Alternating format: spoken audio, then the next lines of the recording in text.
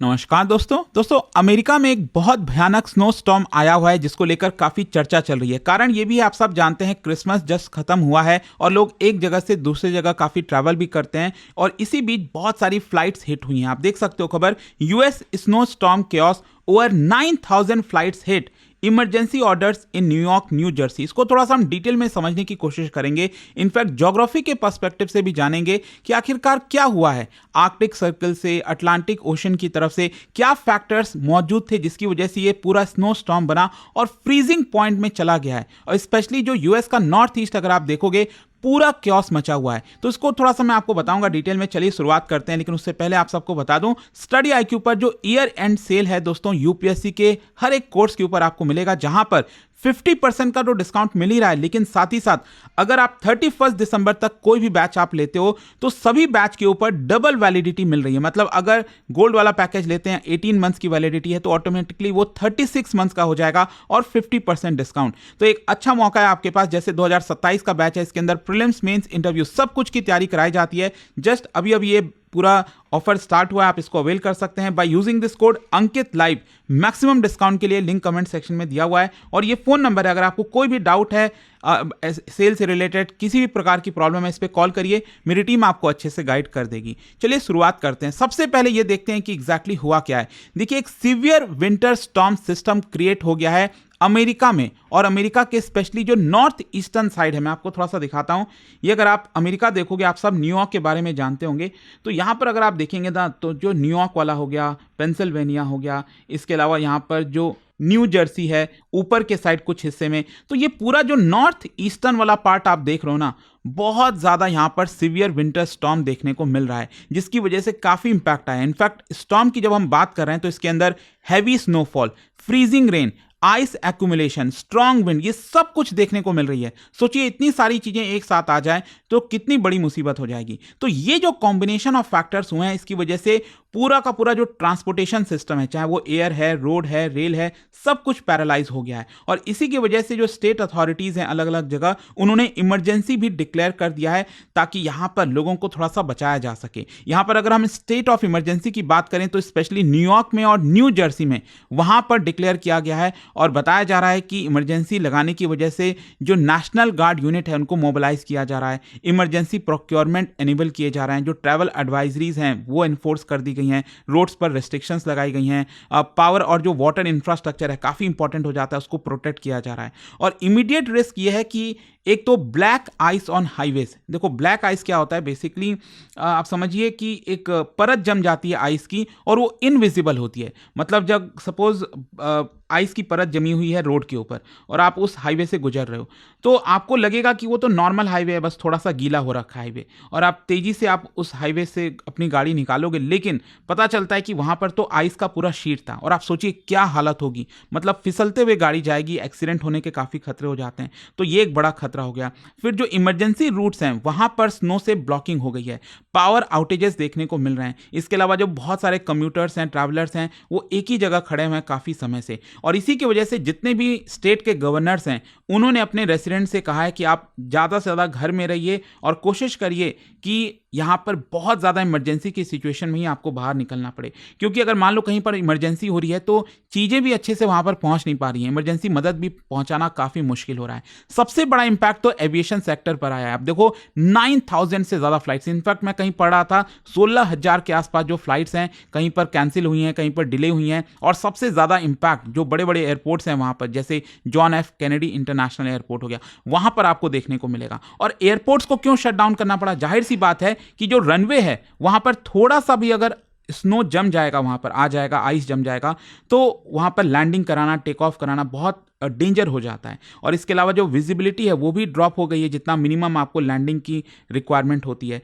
Aircraft D icing क्यों, मतलब जितने भी एयरक्राफ्ट हैं उस पर आइस जो है, स्नो गिरा हुआ है, उसको हटाना, उसके लिए मशीन्स वगैरह, तो उसमें काफ़ी टाइम लग रहा है। क्रू ड्यूटी टाइम लिमिट्स जो है वो भी एक्सीड हो जा रही हैं। तो अगर थोड़ा सा भी आइस अगर जम जाता है वहाँ पर, इसकी वजह से यूएस एविएशन नेटवर्क पूरा डिसरप्ट हो जाता है, जिसकी वजह से रिपल इफेक्ट आपको अमेरिका में देखने को मिलता है। फिर इसके अलावा सिर्फ यहाँ पर एविएशन की बात नहीं है, ग्राउंड ट्रांसपोर्ट, रोड नेटवर्क्स की बात करें, वहाँ पर ब्लॉक हो गया है, गाड़ियाँ खड़ी हुई हैं एक ही जगह पर। रेल और पब्लिक ट्रांसपोर्ट में भी प्रॉब्लम आ रही है, फ्रीक्वेंसी कम हो गई है, और जो अर्बन लाइफ है वो डिसरप्ट हुआ है।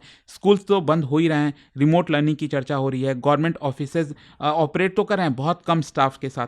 तो हर तरफ आपको अफरा तफरी देखने को मिलेगी, और जाहिर सी बात है इस तरह की जब चीज़ें होती हैं किसी भी देश में तो उसका इकोनॉमिक इम्पैक्ट होता है। Millions of dollars per day airlines को लॉसेज हो रहे हैं, बिजनेस यहाँ पर कम हो रहे हैं क्योंकि लोग बाहर नहीं निकल पा रहे, लॉजिस्टिक और पार्सल डिलीवरीज डिले हो रहे हैं, सप्लाई चेन काफ़ी स्ट्रेस में है। जो पेरिशेबल गुड्स ट्रांसपोर्ट होता है, आप सोचिए कैसे पहुंचेगा, ना तो फ्लाइट चल रही है ना तो रोड ट्रांसपोर्टेशन हो पा रहा है, थोड़ा बहुत जो रेलवे के थ्रू हो रहा है उसी की चीज़ें चल रही हैं। US aviation sector specially vulnerable है क्योंकि हब एंड स्पोक कनेक्टिविटी के मॉडल पर वो काम करता है। हब मतलब बीच में एक बड़ा हब होता है, वहाँ पर कनेक्ट करता है अलग अलग रीजन्स में। तो एक दो एयरपोर्ट्स में भी अगर प्रॉब्लम आती है तो उसका पूरा इंपैक्ट आपको यहाँ पर देखने को मिलता है।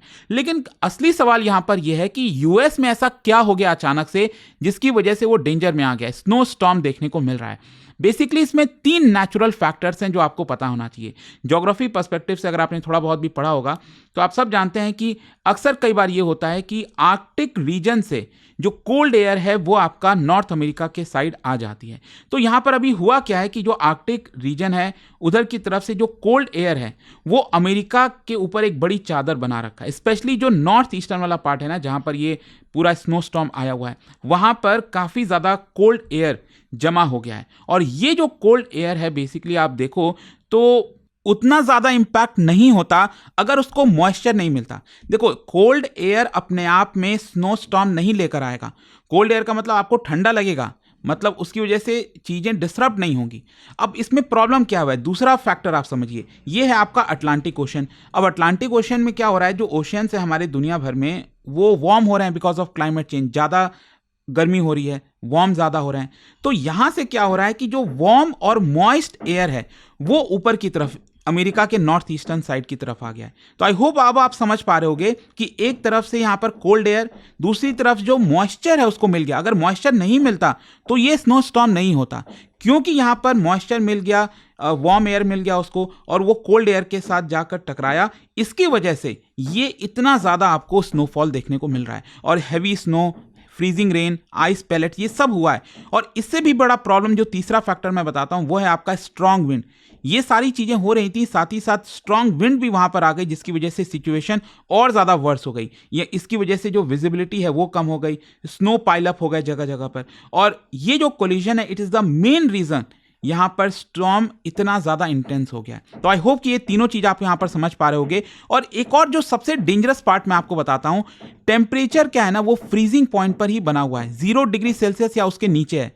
अब मान लो अगर टेम्परेचर थोड़ा सा इंप्रूव हो जाता तो इसकी वजह से वो चीज़ें पिघलने लगती, जो आइस है, स्नो है, वो वाटर में कन्वर्ट होते हैं, वो निकल जाते हैं। लेकिन क्योंकि फ्रीजिंग पॉइंट बना हुआ है, 0 डिग्री सेल्सियस बना हुआ है, इसकी वजह से वो जो मैंने आपको बताया ना, हाईवे पर आइस की चादर बिछ जाती है, जो ब्लैक आइस मैंने आपको बताया। तो ये सब बहुत डेंजर रोल प्ले करते हैं, एक्सीडेंट्स वगैरह होने के चांसेस काफ़ी बढ़ जाते हैं। So ice is more dangerous than snow, क्योंकि ये इनविजिबल होता है और ज़्यादा स्लिपरी होता है।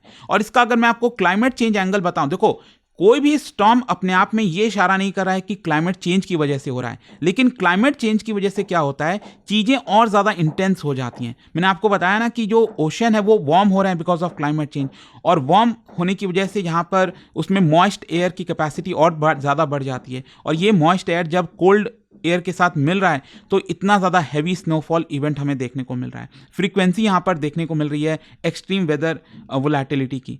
तो यही है आपका, बिकॉज ऑफ क्लाइमेट चेंज कहीं ना कहीं चीज़ें लिंक हो जाती हैं, और इसी का कारण है जिसकी वजह से अमेरिका के अंदर ये इतना सीवियर स्नो स्टॉर्म देखने को मिला। आई होप कि यहाँ पर आपको अच्छे से डिटेल में चीज़ें समझ में आ गई होंगी। और जाने से पहले एक इंटरेस्टिंग क्वेश्चन आप सभी के लिए, क्या बता सकते हो कि जब cold polar air masses warm tropical air masses के साथ कोलाइड करते हैं, ध्यान से समझिएगा, जो कोल्ड पोलर एयर मासेस हैं वो वार्म ट्रॉपिकल एयर मासेस के साथ जब भिड़ते हैं, कोलाइड करते हैं, तो क्या फॉर्म होता है ये आपको बताना है। Tropical cyclone, heat waves, temperate cyclones या फिर जेट स्ट्रीम्स। इसका राइट आंसर आप सब जानते हैं, मेरे इंस्टाग्राम पर तो मिलेगा ही, वहां पर अगर आप नहीं हो कोई बात नहीं, टेलीग्राम से ले सकते हैं इसका सही उत्तर। और दोस्तों, जैसा मैंने आपको बताया, स्टडी IQ पर जो ईयर एंड सेल है वो स्टार्ट हो गया है। 31 दिसंबर तक आपके पास समय है।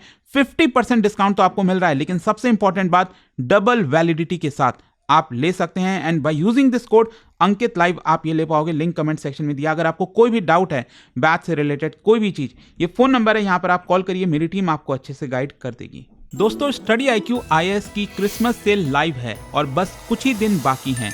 27 दिसंबर के बाद यह ऑफर बंद हो जाएगा।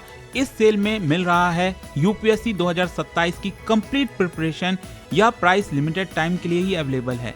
इस कोर्स में आपको मिलेगा टॉप फैकल्टीज का एक्सपर्ट गाइडेंस, प्रीलिम्स से इंटरव्यू तक full coverage, daily live evening classes, structured notes, previous year questions and test series, dedicated mentorships. Seats limited हैं और फास्ट फिल हो रही हैं। आज का डिसीजन आपकी UPSC जर्नी की डायरेक्शन तय करेगा।